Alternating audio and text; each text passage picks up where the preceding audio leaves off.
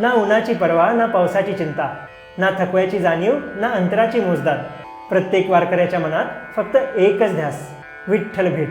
आणि त्या भावाला व्यक्त करतो संत तुकारामांचा हा अभंग. भेटी लागी जीवा लागली सिंहास, भेटी लागी जीवा लागली सिंहास. पाहे रात्रिंदिवस, पाहे रात्रिंदिवस, वाट